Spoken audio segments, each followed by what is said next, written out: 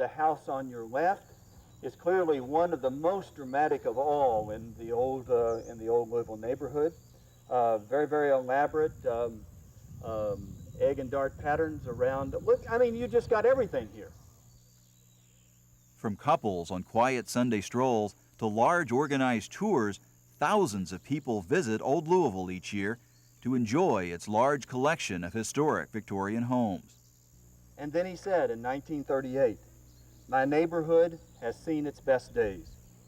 The trend is toward the outskirts of the cities, not towards the center of business activity." But Old Louisville has not always been such an attraction. This is the story of its privileged birth, long decline, and determined revival.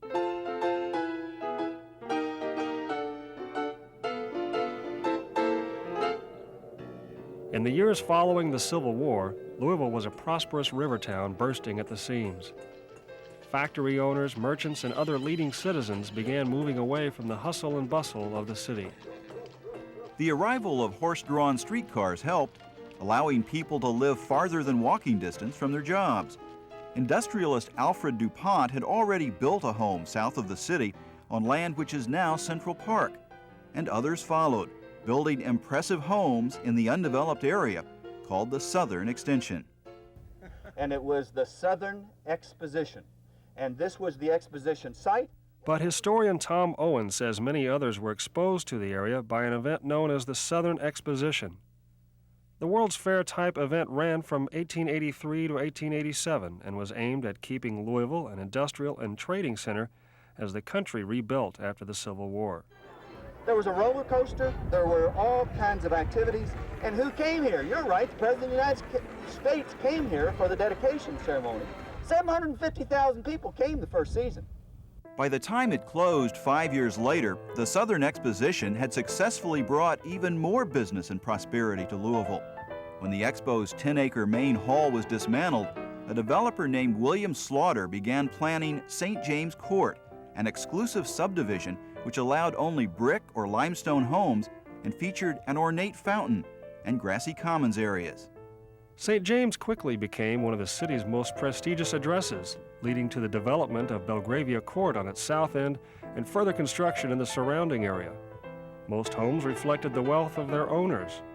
Many seemed to be in competition to develop the most lavish homes in the ornate Victorian style. The winner may have been Theophilus Conrad. His house, now owned by the St. James Court Historical Association, was considered so outrageous it became known as Conrad's Folly. The way I think of it is the Victorians loved to play makeup, and so they loved to be able to individualize. They loved to be able to stylize in a very, very, very unique way their place.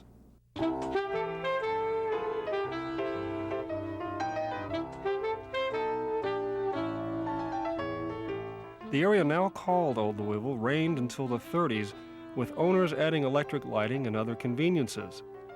But an eastern migration began as new subdivisions caught people's attention with modern features, such as driveways and garages, to accommodate the growing importance of the automobile. Old Louisville began slipping a bit as many homeowners struggled to maintain their homes during the Depression years, but World War II provided some relief for cash-strapped residents.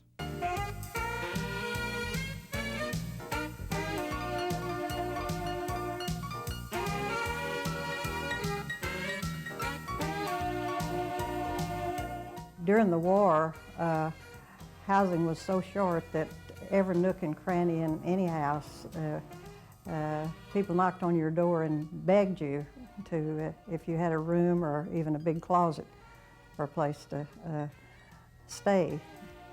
May Salyers and her husband David moved to Louisville at the height of the wartime housing shortage. But they were able to find housing in Old Louisville because many homes were being converted to apartments, thanks to cash subsidies being offered by the federal government. As original owners grew older, however, homes continued to decline. While it was easy to get a 30-year loan in the suburbs, few banks were lending for Old Louisville purchases. Many who were able to buy neighborhood property were absentee landlords, more interested in profits from rent than maintenance.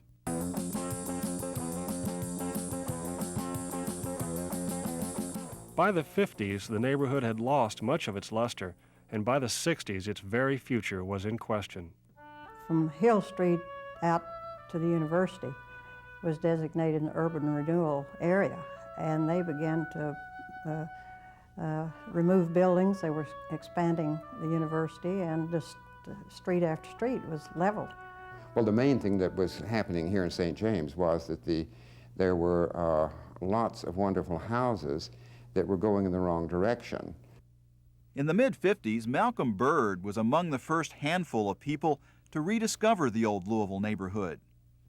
Others moved in the 60s, just as the neighborhood hit its lowest point.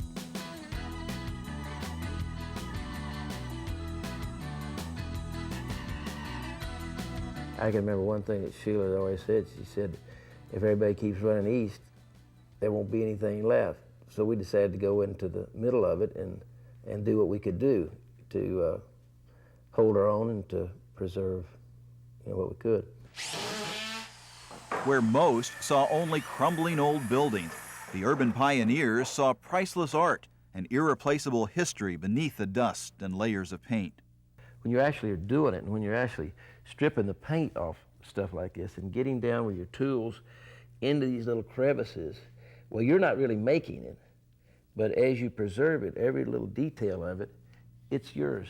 It's yours. It's part of you. You've done it, and your hands. Ken Pyle, his wife Sheila, and the others couldn't breathe new life into Old Louisville on their own, and they were fortunate enough to get some help. A group of business people began calling the area Old Louisville to give it a distinct identity. They named themselves the Old Louisville Association and raised money to begin restoring homes. The association also sponsored tractor-pulled tourmobiles to show off the neighborhood's potential. Another group, Restoration Inc., bought 6 homes on Belgravia Court with the intention of restoring and selling them. May Salyers became the director of another new organization, the Neighborhood Development Corporation, started by a group of old Louisville ministers determined to reverse years of decline. The ministers would meet over coffee every now and then and bemoan the fact that what was happening and why doesn't somebody do something. So they said, well, why don't we? NDC set about repairing and restoring homes. It also helped establish block clubs to tackle problems street by street.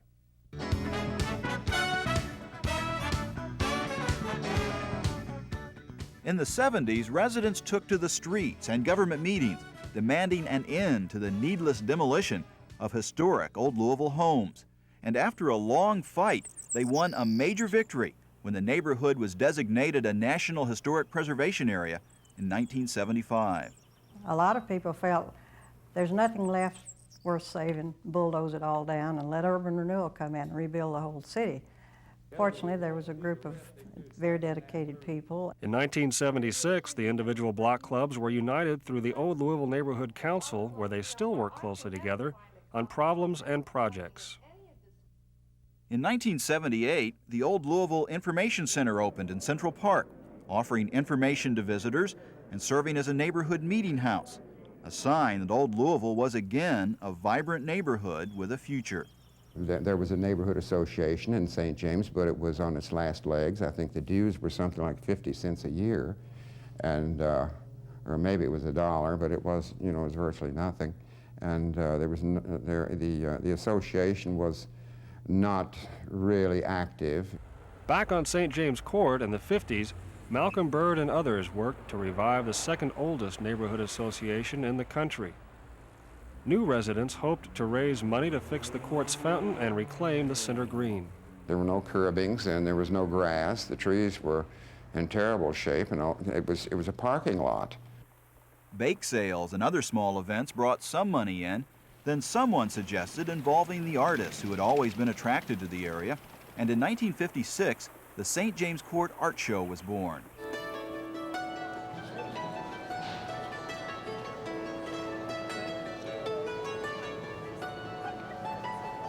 This is one of my favorite shows, not only seeing and meeting the people, but the sales are very good here also.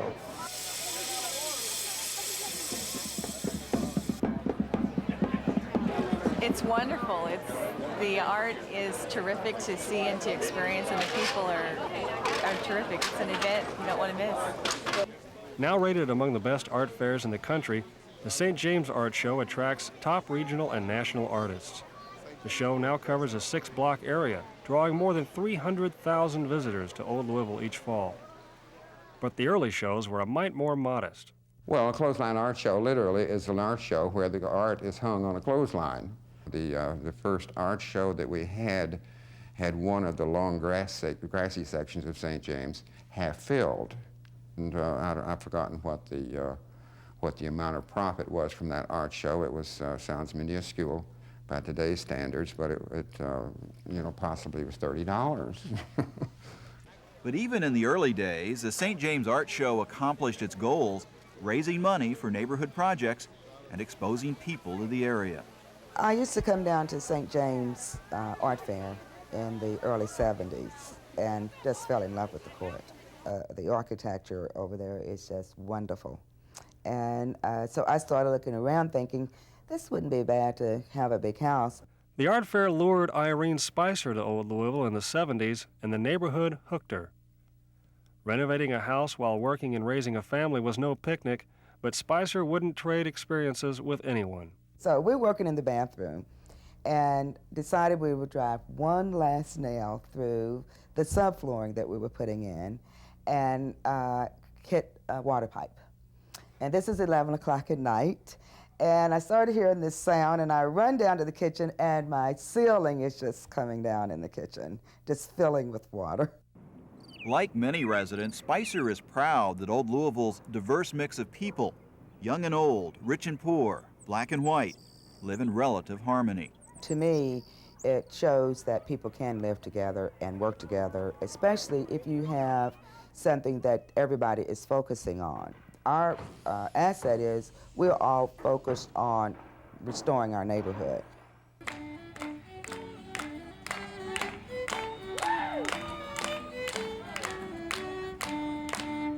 In 1960, Shakespeare in the Park joined the St. James Art Show as an attraction to draw people into the neighborhood. Now known as the Kentucky Shakespeare Festival, the oldest free Shakespeare festival in the country has become a Louisville tradition, and over the years, other Old Louisville events have added to the community fabric.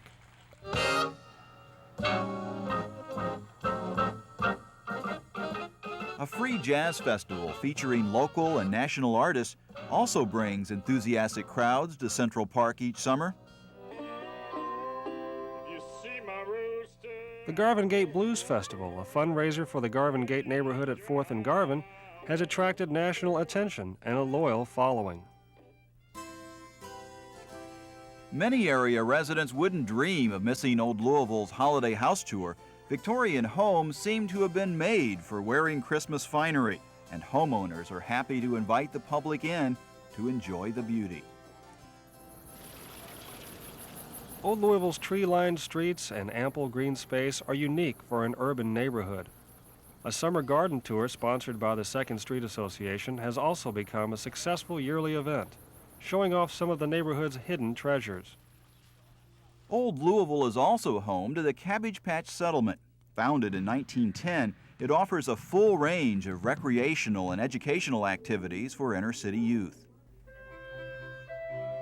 What we have is a treasure of Kentucky history right here for the public that's free. The Filson Club, the state's oldest private historical society, is based in a 3rd Street mansion. Housing the state's largest collection of documents, books, and photographs on early Kentucky history, the Filson Club attracts scholars from all over the country, along with student groups and families who enjoy the thousands of artifacts in its Carriage House Museum. Just a half a cup, please. The increasing popularity of Old Louisville has given rise to a new industry.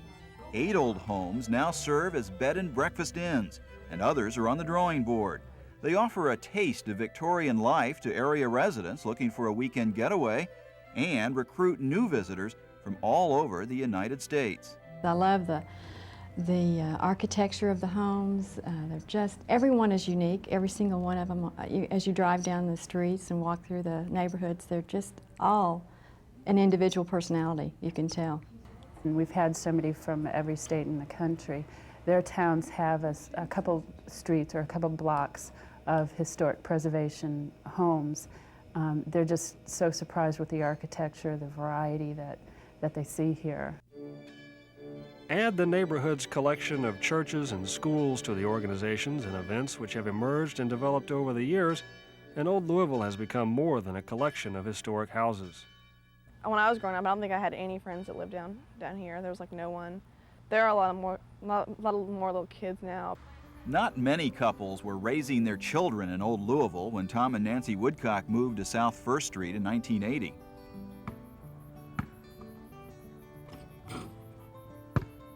But they decided their large house and its big backyard was the perfect place to raise a family. Over the years, the Woodcocks have seen many others reach the same decision. I think that every year we see houses being fixed up. We see more people coming into the community, especially people with kids, and I think it's been a nice transition. While the neighborhood has definitely come a long way, there is still much to do.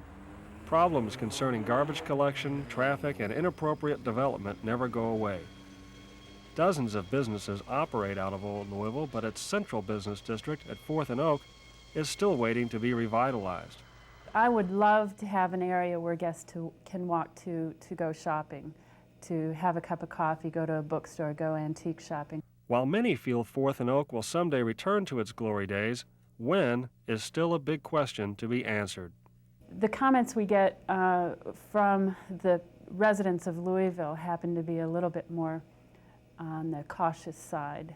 The guests that we get from New York, from California, from Chicago, they think this is a very tame neighborhood. While most Old Louisville residents feel safe here, many believe the outside perception that Old Louisville is a threatening place still needs to be addressed. I still think we have an image problem, and I think part of it may be our fault that we have not dealt with reversing the perception that the outside community has of Old Louisville. Nobody cared. Nothing was ever done for Old Louisville. Things were done to it. It's interesting to look back on it and to see what has happened. Many of the original pioneers marvel at how much has been accomplished in the last 30 years, but they are the first to point out that this is no time to rest. If you don't keep it up, what you did 27 years ago needs to be done over or repeated or kept going, one or the other. Despite the challenges ahead, Old Louisville residents are determined the neighborhood will not decline again. They are dedicated to preserving the past to ensure that this beautiful old neighborhood will live on for future generations to learn from and enjoy. Every house has a story to tell. Every corner has a story to tell. And it's a real textbook, a real storybook of Louisville's 19th century past.